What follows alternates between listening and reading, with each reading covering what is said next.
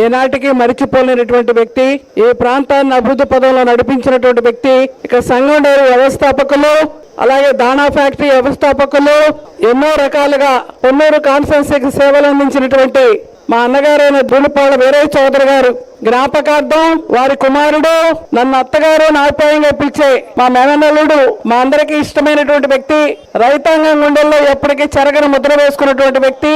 ఇక్కడ సంఘం డైరీని అభివృద్ధి పరచడమే కాదు, డివిసి హాస్పిటల్ ని పేద రైతాంగానికి సామాన్యులకి అందుబాటులో తీసుకొచ్చి ఉన్నతమైనటువంటి సేవలు అందిస్తున్నటువంటి వ్యక్తి.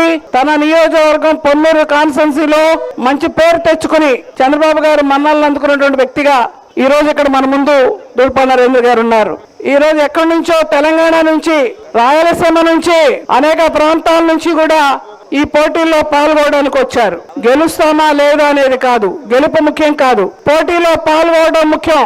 ఇంత శ్రమ కోర్చి ఇంతమందికి ఆనందాన్ని పంచి, ఆహ్లాదాన్ని పంచి ఈ పోటీల్లో పాల్గొనడమే గొప్ప సంగతిగా నేను భావిస్తా ఉన్నాను. అంతేకాకుండా ఇదొక పవిత్రమైన పుణ్యక్షేత్రం. సంగమేశ్వర స్వామి ఆలయమే కాకుండా శివరాత్రి, మహాశివరాత్రికి ఎన్నో దరిదాపుగా 1000 మంది పైగా ఇక్కడికి వచ్చి జాగారం చేసి శివుణ్ణి పూజించేటువంటి ప్రాంతం ఈ సంగమేశ్వర ప్రాంతం. అటువంటి పుణ్యక్షేత్రంలో ఈ రోజున ఇక్కడ ఈ కార్యక్రమాన్ని ఏర్పాటు చేసి అనేక మంది సహకారంతో, పత్రికా ప్రతినిధులు, మీడియా వారి అధికారులు ఎంతో మంది సహకారంతో, అలాగే రైతుల సహకారంతో ఈ కార్యక్రమాన్ని ఏర్పాటు చేసి మనందరికి ఆహ్లాదాన్ని పంచుతూ ఉన్నారు నరేంద్రనాథ్ గారు. ఒకటి మీరు గుర్తు పెట్టుకోవాలండి, ఆటల పోటీలు ఉంటాయి, రకరకాలుగా మనం చూస్తుంటాం దేశ విదేశాల్లో సైతం, ఇతర రాష్ట్రాల్లో సైతం. కానీ ఒంగోలు జాతి అనేటువంటిది మనం ఎప్పుడు కూడా మర్చిపోకూడదు. అంతేకాదు ఆంధ్రప్రదేశ్కే గుర్తింపే కాదు, భారతదేశానికి కూడా గుర్తింపు ఒంగోలు జాతి. ఒంగోలు జాతి ఎద్దులు గాని, ఒంగోలు జాతి ఆవులు గాని ఈ రోజు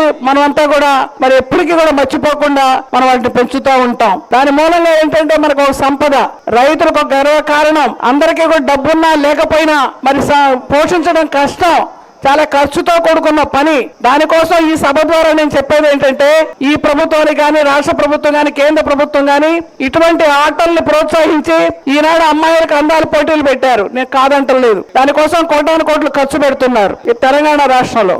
అట్లానే అనేక చోట్ల అనేక పోటీలు పెడతా ఉంటారు, ఆటల్లో కానీ లేకపోతే క్రీడల్లో కానీ అనేక రకాలుగా. తిండి తింటారో కూడా పోటీలు పెడతారు, చివరికి తన్నుకోటల్లో కూడా పోటీలు పెడుతున్నారు. ఒళ్ళు గుల్లయ్యే విధంగా అవి కూడా మనం చూస్తున్నాం. దానికన్నా కూడా ఈ విధంగా ఒక పశు సంపద, బాగా పాలిచ్చేటువంటి ఆవులు గాని, లేకపోతే పొలాన్ని దున్నేటువంటి ఎడ్లు గాని మనకు ఆనందాన్ని కలిగించేటువంటి ఒక పోటీల్ని ఎంకరేజ్ చేయాలి, ప్రభుత్వాలు ఎంకరేజ్ చేయాలి.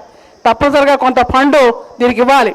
అది పశువర్ధక శాఖ ఇస్తుందా, వ్యవసాయ శాఖ ఇస్తుందో నాకైతే తెలియదు. కానీ నేను ఈ సభ ద్వారా చంద్రబాబు గారికి, మన నాయకుడు కూడా చెప్తున్నా, తప్పనిసరిగా ఇటువంటిని ఎంకరేజ్ చేయాల్సిన అవసరం ఉంది ప్రభుత్వాలు కూడా అని చెప్తూ, ఇక్కడ పాల్గొంటున్న ప్రతి ఒక్కరికి మీ అందరికి కూడా ధన్యవాదాలు తెలియజేసుకుంటున్నాను. ఎన్టీ రామారావు గారి యొక్క విగ్రహం, అలాగే దులిపాళ్ళ వీరయ్య చౌదరి గారి విగ్రహాలు కూడా ఇక్కడ పెట్టారు. ఎందుకంటే వారిద్దరూ కూడా రైతాంగాన్ని ఎంతో ఎంకరేజ్ చేసిన వ్యక్తులుగా మనం గుర్తుకు పెట్టుకోవాల్సిన అవసరం ఉంది. మరొకసారి దులిపాళ్ళ నరేంద్ర గారిని అభినందిస్తూ, వారి మిత్ర బృందం, సహచరులు సహకారంతో ఇంతమంది ఇక్కడ కూర్చున్నారు. ఇంకొక విషయం చెప్పి సెలవు తీసుకుంటారు. ఈ రోజున ఈ ప్రాంతాన్ని చూసినప్పుడు గర్వకారణం ఏంటంటే, మన ప్రాంతం అభివృద్ధి చెందింది. ఎలానంటారా, ఆ రోజు సంఘం డైరీ పెట్టడం వల్ల, డివిసి హాస్పిటల్ రావటం వల్ల, అంతేకాకుండా విజ్ఞాన యూనివర్సిటీ అత్తయ్య గారు తీసుకురావటం వల్ల ఎంతో మంది పిల్లలు చదువుకుంటున్నారు.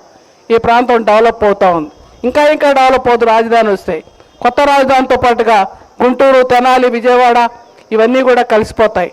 తప్పనిసరిగా అభివృద్ధి చెందే ప్రాంతంలో ఈ పుణ్యక్షేత్రంలో ఇటువంటి కార్యక్రమాన్ని పెట్టినందుకు, నాకు మాట్లాడే అవకాశం ఇచ్చినందుకు ధన్యవాదాలు తెలియజేసుకుంటున్నాను. జై హింద్, జై జన్మభూమి.